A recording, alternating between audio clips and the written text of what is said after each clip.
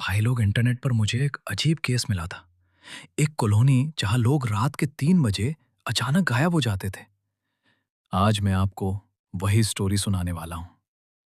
मेरी तो हवा टाइट हो गई। शहर के बाहर एक पुरानी कॉलोनी थी। लोग उसे बस एक नाम से जानते थे, सेक्टर 17। दिन के वक्त वो कॉलोनी बिल्कुल नॉर्मल लगती थी। बच्चे पार्क में खेलते थे, दुकानें खुली रहती थी, गाड़ियों का शोर होता था। लेकिन रात होते ही जैसे कॉलोनी अपनी सांस रोक लेती थी, खासकर रात के 3 बजे के बाद।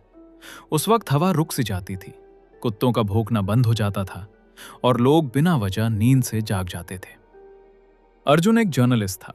क्राइम और अनएक्सप्लेन्ड केसेस पर लिखना उसका काम था। उसका मानना था दुनिया में कोई भी चीज बिना वजह नहीं होती। सेक्टर 17 का नाम उसे पहली बार एक पुलिस रिपोर्ट में मिला। 3 साल में 4 लोग लापता, न डेड बॉडी, न विटनेस, न रैंसम कॉल। सिर्फ एक कॉमन पॉइंट, हर लापता आदमी आखिरी बार रात के करीब 3 बजे जागता हुआ पाया गया था। पुलिस ने केस को वॉलंटरी डिसअपीयरेंस बोलकर बंद कर दिया, लेकिन अर्जुन को यह बात हजम नहीं हुई। उसने कॉलोनी जाने का फैसला किया। शाम के 7 बजे वो सेक्टर 17 पहुंच गया। कॉलोनी बिल्कुल शांत थी, ज्यादा लोग बाहर नहीं दिख रहे थे।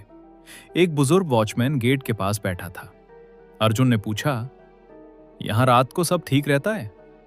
वॉचमैन ने उससे देखा बहुत देर तक, फिर धीरे से बोला, रात को सवाल मत पूछिए साहब। अर्जुन मुस्कुरा दिया। उसे लगा लोग अफवाहों से डरते हैं। वो एक खाली फ्लैट में रुका जो उसे शॉर्ट स्टे के लिए मिला था। रात के 11 बजे उसने अपना रिकॉर्डर ऑन किया और नोट्स लिखने लगा। सब कुछ नॉर्मल था। 2 बजे के करीब उसकी आंखें भारी होने लगी।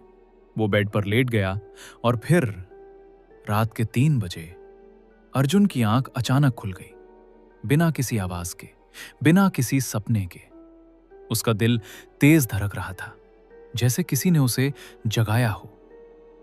कमरे में हल्की सी रोशनी थी, बैल्कनी के पर्दे हल्के से हिल रहे थे। अर्जुन उठकर बैठा। उसने घड़ी देखी, 3:01 AM। उस पल उसे एक अजीब सी फीलिंग हुई, जैसे कमरे में वो अकेला नहीं है।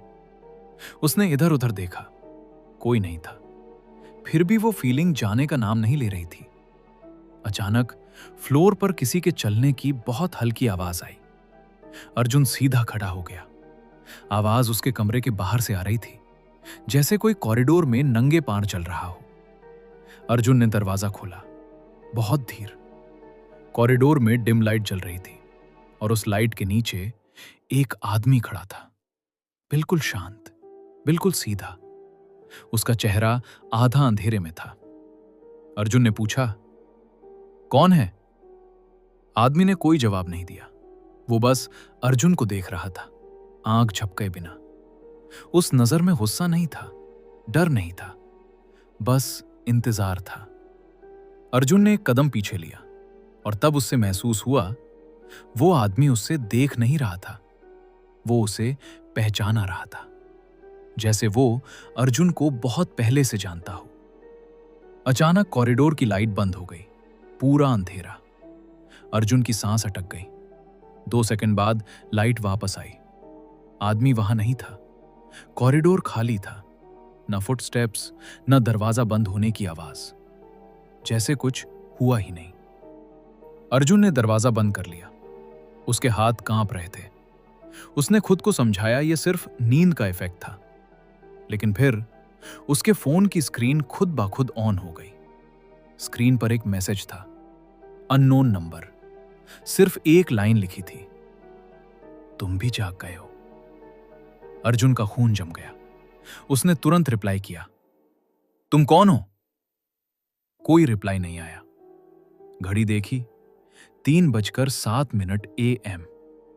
उस रात अर्जुन सो नहीं पाया और उसे पता चल गया, सेक्टर 17 सिर्फ एक कॉलोनी नहीं है। यहां रात के 3 बजे कुछ लोग जागते हैं और कुछ कभी वापस नहीं सोते। उस रात के बाद अर्जुन ने सेक्टर 17 छोड़ने का फैसला नहीं किया। डर था, लेकिन उससे ज्यादा सवाल थे। सबसे पहला सवाल, रिकॉर्डिंग बंद क्यों हो गई थी? सुबह 6 बजे अर्जुन ने रिकॉर्डर चेक किया। उसने रात 11 बजे रिकॉर्डर ऑन किया था। बैटरी फुल थी, मेमोरी खाली थी। लेकिन रिकॉर्डिंग सिर्फ 2:58 AM तक थी। उसके बाद एब्सोल्यूट साइलेंस, ना स्टैटिक नॉइज, ना पावर ऑफ साउंड, जैसे किसी ने जानबूझकर रिकॉर्डिंग स्टॉप की हो। और ये काम अर्जुन के कमरे के अंदर ही हुआ था। अर्जुन ने पुलिस फाइल्स दोबारा पढ़नी शुरू की। 3 साल, 4 लोग लापता, एक स्कूल टीचर, एक डिलीवरी बॉय, एक रिटायर्ड आर्मी क्लर्क, एक नाइट शिफ्ट नर्स, सब अलग, लेकिन एक कॉमन पॉइंट। हर आदमी रात के 3 बजे जागने के तुरंत बाद अपने घर के स्विच बोर्ड के पास देखा गया था। और हर केस में सीसीटीवी, मोबाइल और ऑडियो डिवाइसेस इंसिडेंट के वक्त बंद हो गए थे। अर्जुन समझ गया, ये कोई गोस्ट नहीं था, ये एक इंसान था। म्यूनिसिपैलिटी के पुराने रिकॉर्ड से सच बाहर आया। सेक्टर 17 पहले स्लीप रिसर्च हाउसिंग प्रोजेक्ट था। यहाँ अल्ट्रासोनिक फ्रीक्वेंसी पर ह्यूमन स्लीप और फियर रिस्पॉन्स के एक्सपेरिमेंट्स होते थे। प्रोजेक्ट का हेड था डॉक्टर राघव मल्होत्रा, न्यूरोसाइंटिस्ट। एक रात एक्सपेरिमेंट कंट्रोल से बाहर हो गया। अल्ट्रासोनिक पल्स इतनी स्ट्रांग थी कि लोग जाग गए, लेकिन कुछ सेकंड के लिए हिल भी नहीं पाए। उस रात डॉक्टर राघव का 10 साल का बेटा अयान मल्होत्रा कॉलोनी में ही था। वो भी जाग गया। उसका दिमाग उस शॉक को कभी रिकवर नहीं कर पाया। एक्सपेरिमेंट ने उसे सिर्फ ट्रॉमेटाइज नहीं किया, वो उसे धीरे धीरे करप्ट करता चला गया। प्रोजेक्ट बंद कर दिया गया, फाइल्स सील हो गई, लेकिन अयान बड़ा हो गया और वो बच्चा नहीं रहा। एक्सपेरिमेंट के बाद उसके लिए डर, दर्द और जिंदा रहना सब एक गेम बन चुका था। उसे लोगों को मारने में मजा आने लगा। उसके दिमाग में एक ही सोच बैठ गई, जो लोग रात के 3 बजे जागते हैं वो सबसे कमजोर होते हैं। अयान ने इलेक्ट्रॉनिक्स, वायरिंग और अंडरग्राउंड सिस्टम्स का काम सीखा। 3 से 3:15 AM ह्यूमन ब्रेन सबसे वल्नरेबल होता है। अयान बिल्डिंग वायरिंग के through low level ultrasonic pulse भेजता था। इंसान बिना आवाज के जाग जाता था, बॉडी वीक, दिमाग कंफ्यूज्ड। इसी वक्त कॉरिडोर की लाइट्स 2-3 मिनट के लिए बंद हो जाती थीं। वही वो पल था जब पार्ट 1 में लोग गायब हुए थे। अंधेरे में जब कैमरा और दिमाग दोनों काम नहीं करते, अयान उन्हें कंट्रोल कर लेता था। उसने सिर्फ लोगों को नहीं मारा, उसने सबूत भी मिटा दिया। अयान ने एक ऐसा करोसिव कंपाउंड बना लिया था जिसका सिर्फ एक काम था, बॉडी का कोई निशान ना छोड़ना, न लाश, न खून, न फोरेंसिक प्रूफ। इसलिए पुलिस के पास मिसिंग के अलावा कुछ भी नहीं था। पोर्टेबल EMP डिवाइस से वो सीसीटीवी, रिकॉर्डर्स और फोन्स टेम्पररी बंद कर देता था। इसलिए हर रिकॉर्डिंग 2:58 AM पर रुक जाती थी। अर्जुन ने जानबूझकर नेक्स्ट रात रिकॉर्डर ऑन रखा। इस बार उसने एनालॉग माइक और मैकेनिकल रिस्ट वॉच यूज की। EMP का असर नहीं हुआ। 3:01 AM अयान आया। अंधेरे में भी अर्जुन उसकी मुस्कान देख सकता था। अर्जुन ने सिर्फ इतना बोला, तुम डॉक्टर राघव के बेटे हो। अयान पहली बार रुका। वही सेकंड सब कुछ रिकॉर्ड हो चुका था। पुलिस को एविडेंस मिला, अयान अरेस्ट हुआ। अयान टेबल के उस तरफ शांत बैठा है, लाइट सीधी उसके चेहरे पर। ऑफिसर। कॉरिडोर में खड़ा आदमी अचानक गायब कैसे हुआ? अयान हल्की सी हंसी हंसा। गायब नहीं हुआ था, मैंने उसका दिमाग बंद कर दिया था। ऑफिसर कंफ्यूज हो जाता है।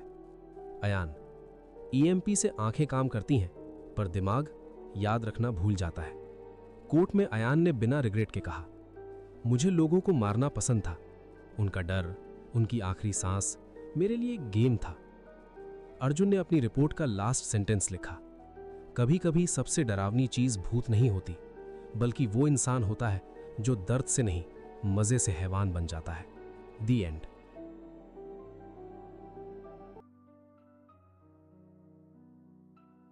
अगर आपको ये स्टोरी पसंद आई हो और आप चैनल को सपोर्ट करना चाहें, तो स्क्रीन पर दिया हुआ QR स्कैन करके अपनी मर्जी से छोटा सा सपोर्ट कर सकते हैं। आप चाहें तो डिस्क्रिप्शन में दिए गए Amazon एफिलिएट लिंक से भी कुछ बाय कर सकते हैं। अगर आप उन लिंक से परचेज करते हैं तो मुझे छोटा सा कमीशन मिल सकता है, बिना आपको एक्स्ट्रा कॉस्ट दिए। ये बिल्कुल ऑप्शनल है, लेकिन आपका कोई भी सपोर्ट मेरे लिए सच में बहुत हेल्पफुल होगा और मुझे और ऐसी स्टोरीज बनाने के लिए मोटिवेट करेगा। ये कलुआ हेडफोन में अंचा पंचा क्या कर रहा है? रख दे यार हेडफोन।